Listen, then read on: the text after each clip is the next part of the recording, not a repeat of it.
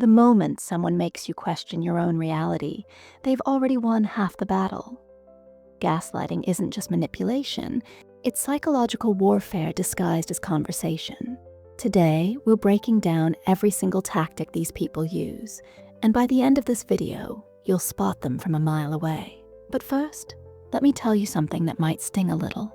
If you clicked on this video, there's probably someone in your life right now who's been messing with your head. Maybe you're starting to doubt yourself more than usual. Maybe you find yourself apologizing for things that aren't even your fault. That nagging feeling in your gut, trust it, because what I'm about to show you might just save your sanity. Number 1, the reality distortion field. The first weapon in a gaslighter's arsenal is making you question what actually happened. They'll swear up and down that a conversation never took place, or that you're remembering it completely wrong. This isn't just forgetfulness. This is calculated confusion. I never said that. You're imagining things again. Sound familiar? They'll say this with such conviction that you start digging through your phone, desperately searching for text messages to prove you're not losing your mind. Here's the brutal truth. They remember exactly what they said. They're just counting on you to doubt yourself first. The scary part is how subtle this starts. First, they'll contradict small, seemingly unimportant details. Did the restaurant have blue walls or white walls? Was it Tuesday or Wednesday when you had that argument? These tiny seeds of doubt grow into massive trees of confusion over time. Your brain starts doing backflips, trying to figure out what's real and what isn't. You begin keeping mental notes, maybe even writing things down, trying to build a case for your own sanity. But here's what they're really doing. They're training you to question your most basic cognitive function, memory. Number 2, the emotional thermostat manipulation. Gaslighters are master temperature readers when it comes to emotions. They know exactly when you're vulnerable, exactly when you're strong, and they adjust their tactics accordingly. When you're happy, they'll find a way to dim that light. When you're already down, they'll kick you while you're there. You're being too sensitive. It was just a joke. This phrase is gaslighting gold because it does double duty. Not only does it dismiss your feelings, but it also makes you the problem for having those feelings in the first place. They're not sorry for what they did. They're annoyed that you reacted to it. But here's where it gets really twisted. They'll also do the opposite. When you're trying to be rational and calm, they'll accuse you of being cold or unfeeling. There's no winning because the rules keep changing, and you're the only one who doesn't know we're playing a game. They create this emotional whiplash that leaves you constantly trying to find the right way to feel. Spoiler alert, there isn't one, because they'll move the goalposts every single time. Number 3, the isolation protocol. One of the most dangerous tactics is how they systematically separate you from your support system. This doesn't happen overnight. It's a slow burn that starts with innocent-sounding observations. Your friends don't really understand you like I do. Your family has always been jealous of your success. Why do you need to talk to other people about our relationship problems? They plant these little seeds of doubt about everyone who cares about you. Suddenly, the people who used to be your sounding board become the enemy. They convince you that seeking outside perspective is betrayal, that a healthy relationship should be completely self-contained. The isolation serves a critical purpose. It removes witnesses. When there's no one else around to confirm your version of events, you become completely dependent on their version of reality. It's like being the only person in the courtroom while they play judge, jury, and prosecutor. Number 4, the competence assassination. This tactic is particularly brutal because it attacks something fundamental, your belief in your own abilities. They'll systematically chip away at your confidence until you're second-guessing decisions you used to make without thinking twice. Are you sure you can handle that? Remember what happened last time. Maybe you should let me take care of this. You know how you get overwhelmed. They become the expert on your limitations, constantly reminding you of past mistakes while conveniently forgetting your victories. It's like having a personal highlight reel that only shows your worst moments on repeat. The really insidious part is how they position themselves as the helpful one. They're not putting you down, they're protecting you from failure. They're not controlling you, they're saving you from embarrassment. This fake concern makes it harder to recognize what's really happening. Number 5, the historical revision department. Gaslighters rewrite history like they're editing a Wikipedia page. except you don't get to see the revision history. They'll completely change the narrative of past events to serve their current agenda. You're remembering that wrong. What actually happened was, that's not how I remember it at all. You must be confused. They don't just deny things happened. They replace them with completely different stories. The argument where they screamed at you becomes a calm discussion where you were unreasonable. The promise they broke becomes something you misunderstood. This historical revision serves multiple purposes. It makes you doubt your memory. It absolves them of past bad behavior, and it creates a new foundation for their current actions. Why should they apologize for something that never happened the way you remember it? Number 6, the emotional projectionist. This is where gaslighters become master projectionists. But instead of movies, they're projecting their own behavior onto you. Whatever they're guilty of, they'll accuse you of doing first. You're the one who's always lying. You're so manipulative. You never take responsibility for anything. It's psychological sleight of hand. While you're busy defending yourself against accusations that sound suspiciously like their own behavior, they've successfully shifted the spotlight away from their actions.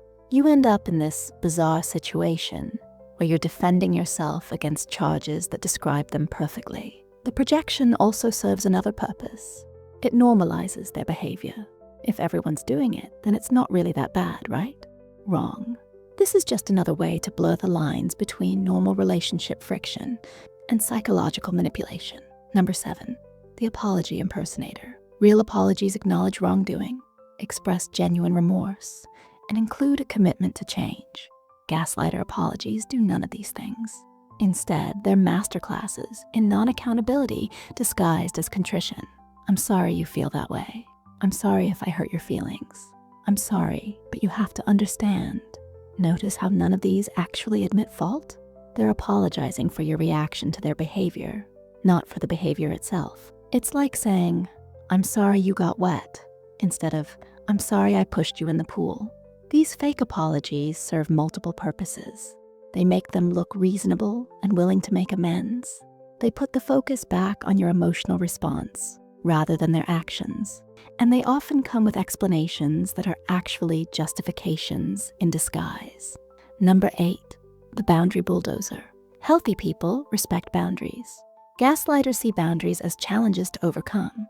They'll push, prod, and poke until they find a way around every limit you try to set. I was just trying to help. You're being ridiculous. It's not that serious. After everything I've done for you, this is how you treat me. They make boundary setting feel like punishment instead of self-care. They act wounded and confused when you try to protect your own well-being, as if your limits are personal attacks on their character. The boundary bulldozing escalates over time. First, they'll cross small boundaries to test your response. If you don't push back hard enough, they'll assume bigger boundaries are also negotiable. Before you know it, you're living in a house with no walls, wondering how you got so exposed. Number 9, the stress response weaponizer. Gaslighters are excellent at reading your stress signals, and they use this information like a roadmap to your breaking point. They know exactly which buttons to push to get you to react, and then they use your reaction as evidence that you're the unstable one. Look how crazy you're acting. I can't even have a conversation with you when you're like this. You need to calm down before we can talk about this rationally. They push and push until you finally snap. Then they point to your emotional response as proof that you're the problem. It's like poking someone repeatedly and then acting shocked when they finally swat your hand away. This tactic is particularly effective because emotional dysregulation looks bad from the outside. Someone watching you have a breakdown doesn't see the months of subtle manipulation that led to that moment. They just see someone who appears to be overreacting to a simple conversation. Number 10, the future faker. The final tactic in our countdown is future faking, making promises and painting pictures of a better tomorrow that they have no intention of delivering.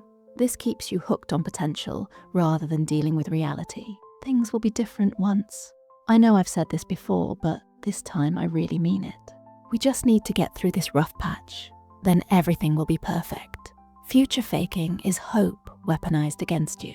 They dangle the possibility of change just out of reach, keeping you invested in a relationship that's consistently disappointing. It's like being promised a promotion that never comes, Accept the stakes are your emotional well-being. The promises often come right after particularly bad episodes of gaslighting. Just when you're ready to walk away, they paint this beautiful picture of how things could be. The timing isn't coincidental, it's strategic. Now let's talk about the road to recovery. Recognizing these tactics is the first step, but healing from gaslighting takes time. Your reality testing mechanism has been damaged, and it needs to be rebuilt brick by brick. Start documenting things. Keep a journal. Trust your gut feelings, especially the uncomfortable ones. The truth doesn't fear investigation, but lies run from it. Remember that gaslighting works because it exploits your natural desire to be reasonable, to give people the benefit of the doubt, to work things out. These aren't weaknesses, they're signs of emotional intelligence. The problem isn't that you're too trusting. The problem is that someone took advantage of your trust. Gaslighting isn't about disagreement or miscommunication. It's about power and control. It's about making you small so they can feel big. It's about replacing your reality with theirs.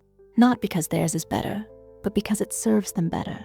If someone in your life uses these tactics consistently, you're not in a relationship. You're in a psychological hostage situation. And just like any other dangerous situation, the first priority isn't fixing it, or understanding it, or making it work. The first priority is getting yourself to safety. Your sanity isn't up for negotiation. Your reality doesn't need their approval. Your feelings don't require their validation. You know what you experienced, you know what you heard, and you know what you felt. Trust that knowledge, because it's the foundation everything else is built on. Don't let anyone convince you that up is down, that black is white, or that your lived experience is somehow wrong. Reality is not a democracy where the loudest voice wins. It's your life, your truth, and your right to protect both. If this video helped you recognize patterns in your own life, smash that like button and subscribe for more content that puts your mental health first. Drop a comment below and tell me which tactic hit closest to home. And don't worry, this is a safe space where your reality is respected. Speaking of mental health, if you're questioning whether you're really okay after watching this, check out my last video, a self-check-in quiz on if you are really okay. Sometimes we need to take an honest look at where we stand before we can figure out where we need to go. The link is right up there in the corner. Thanks for watching, and remember, your truth matters.